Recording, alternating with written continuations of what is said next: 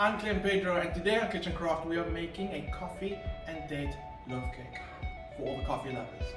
So before we start with our coffee loaf cake, let's talk about the coffees that we're going to be using today. Today we're using the Italian roast blend, and the reason I'm using it is because I want a nice, deep, intense coffee flavor, and I can tell by the little indication on the front that that's the intensity. You can see this is a number 4 right over there. And then we got the Mocha Java, which is a 3. And then you also get decaf coffees, which just means the caffeine's being taken out. You still get that beautiful coffee flavor. You also get whole beans. You can grind your own beans. And when you actually grind your own beans, you get that intense, fresh, amazing coffee flavor. So to prepare our coffee today, I'm going to use my plunger. Okay, so I've got my freshly boiled water in my plunger already, and I never pour the water over the coffee grounds because we know that coffee, you actually shouldn't be using boiling water, just slightly under it. So what I do is I boil the water, I put it in my French press and leave it for about 45 seconds, 30 seconds. That way I know that the temperature's dropped slightly. I want quite an intense coffee today, so I'm going to go with 3-4 teaspoons of our coffee grounds. Coffee grounds in, and now I'm going to gently stir.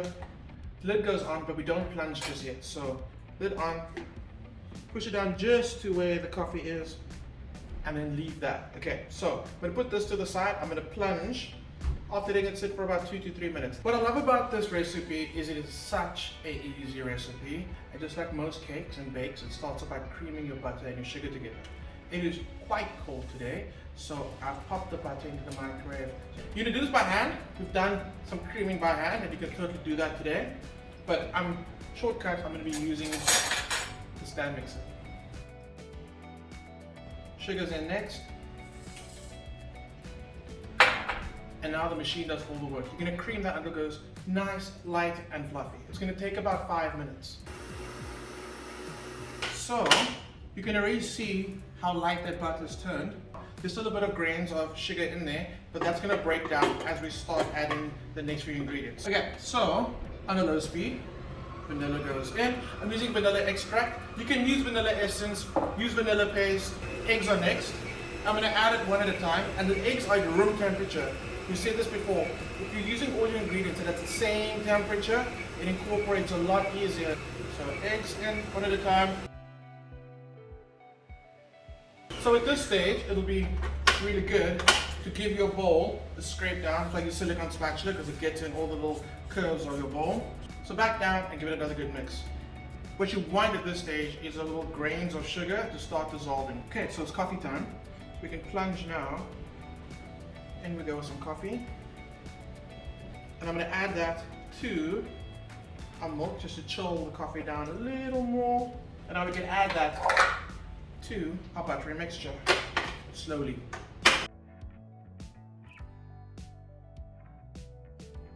Right, dry ingredients time. So I've got my flour, our leavening agent, or the element that's going to give our cake a little lightness and rise, is going to be baking powder. So got it over a sieve. Baking powder goes in. Whenever you bake, you should always add a little bit of salt to it. Sieve that together. Last bit. So we're going to start off by adding half of the flour mixture to our wet ingredients. And we're going to start on a very low speed. So once it's incorporated, you can go in with the other half. Back out with the spatula. So really get underneath that batter. Make sure there aren't any lumps. So I'm going to add a little extra flavor to our coffee loaf. And I'm going to add dates. Coffee and dates go so well together. So I'm going to add some chopped dates to our batter. But before I do, I'm going to add some flour to it. The reason for that is when you actually bake fruit or nuts in a cake, you'll often see that it sinks to the bottom of your cake or your loaf that you're making. So by adding the flour, it kind of creates some friction, allows it to be suspended in your batter. So a little bit of flour goes back into the bag. Make sure you seal it up properly. A little shake, and then add it straight into your batter.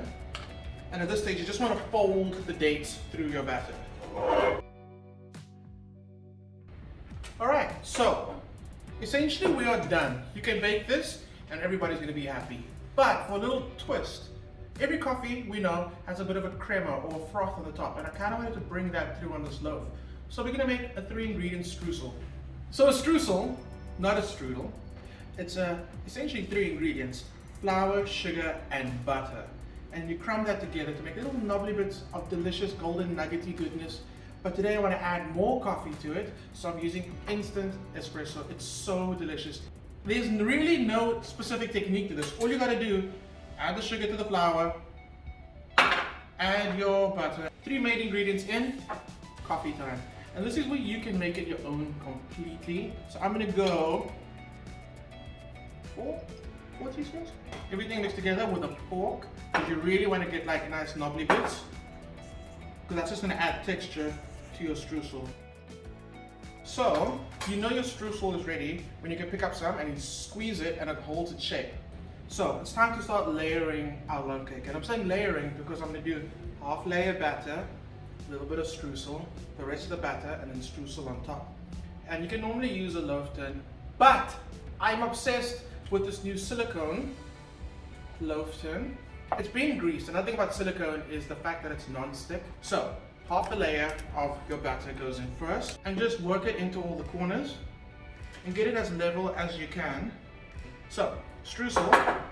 So what I like doing is just making a nice little clump out of it and then breaking bigger like pieces off into it, and that's gonna bake in that shape. So you'll get that shape when you cut through your bread. And the remainder of the batter goes on top. And again, just smooth it out to cover all the corners. And you finish with the final crema of streusel. Now turn it over the oven for an hour. So after 50 minutes of baking, I started testing the cake, just using a cake tester or a thin skewer. I put it into the cake and I pull it out until it comes out completely clean. And I found that using a silicone mold, it actually bakes for about 5 minutes less. So let it cool completely, take it out of the mold. So it's time to slice into it. As you can see, our streusel on the top is beautiful. It's nice and crispy, just adding a bit of texture to the bake. All you need is another cup of coffee to enjoy